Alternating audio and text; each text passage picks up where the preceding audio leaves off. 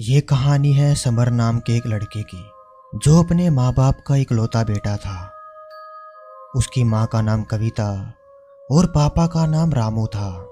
Summer ने हाल ही में अपना कॉलेज पूरा किया था और वो कोई नौकरी ढूंढ रहा था, लेकिन बार बार ट्राई करने पर भी उसको कोई नौकरी नहीं मिल रही थी। एक दिन वो अपनी माँ से कहता है, माँ, मैंने कितनी जगह ट्राई कर लिया है, लेकिन मुझे नौकरी नहीं मिल रही है। क्या मुझे कभी नौकरी नहीं मिलेगी? बेटा समर, भगवान पे भरोसा रखो, तुम्हें नौकरी जरूर मिलेगी। भगवान किसी के साथ बुरा नहीं करता, तुम कोशिश करते रहो। ठीक है माँ, देखते हैं क्या होता है।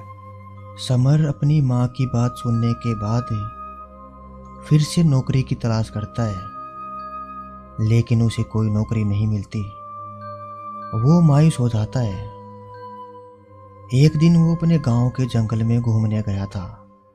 वो जंगल में चारों तरफ घूम रहा था, तभी वहां एक पेड़ के नीचे उसे एक बक्सा दिखाई दिया। समर उस बक्से के पास गया। उसने चारों तरफ देखा, लेकिन वहां कोई नहीं था। अरे, ये बक्सा किसका है? यहाँ तो कोई है भी नहीं। चलो देखता हूँ इसके अंदर क्या है।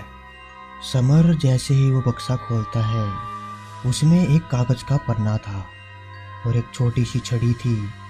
समर उस कागज पर लिखे शब्द पढ़ने लगा, जिसमें लिखा था कि अगर आप खजाना पाना चाहते हो तो रामपुर गांव के शिव की गुफा में जाकर आपको इस छड़ी को हाथ में लेकर बोलबम बोलबम बोलबम कहना पड़ेगा और वो खजाना तुमको मिल जाएगा। अगर नहीं मिला तो तुम एक पापी आत्मा हो और तुम वहीं पर मर जाओगे। समर ये पढ़कर डर गया कि खजाना भी मिल गया, लेकिन डर भी है कहीं मैं वहीं मर ना जाऊं। वो अपने घर गया। उसने अपनी माँ को वो कागज और वो छड़ी दिखाई और कहने लगा, माँ, खजाना भी है और डर भी है, कहीं मैं वहाँ मर ना जाऊं। बेटा, एक काम करते हैं कि मेरी तो वैसे भी उम्र खत्म होने वाली है, मैं वहाँ जाती हूँ। अगर मरना होगा तो मैं ही मर जाऊंगी। नहीं माँ, जाऊंगा तो मैं ही, जो होगा देखा जाएगा। समर ये कहकर रामपुर गांव के लिए निकल पड़ा। वो गांव में पहुंचा। वहां उसने एक आदमी से पूछा, अरे भाई, ये शिव गुफा कहाँ है इस गांव में? मुझे वहाँ जाना है।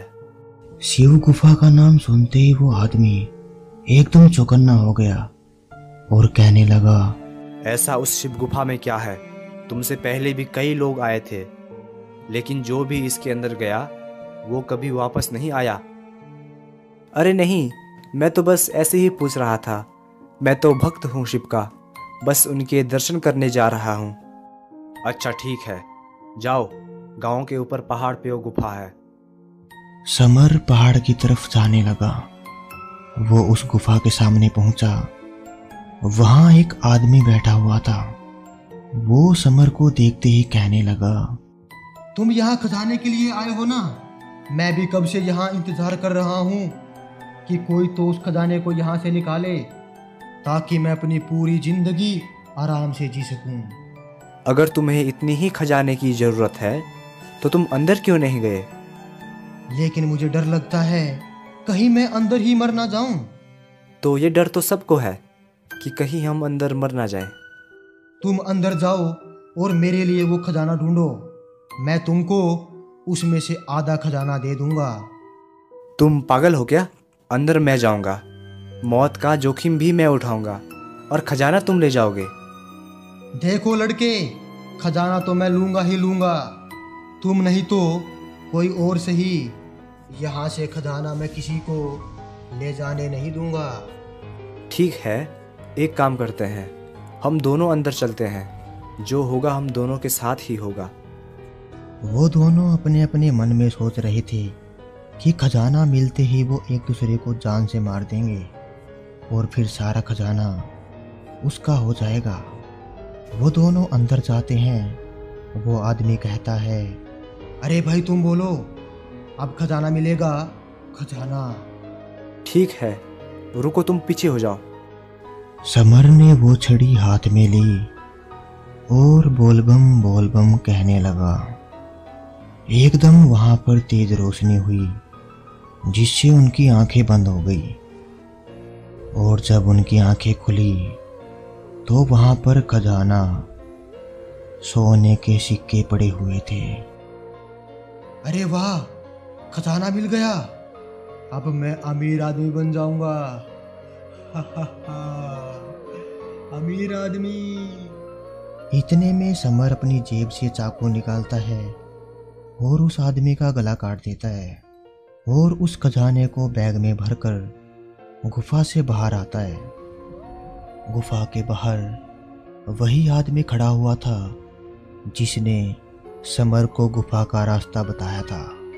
समर उसको वहां देखकर हैरान हो जाता है और कहता है, अरे आप यहाँ क्या कर रहे हो?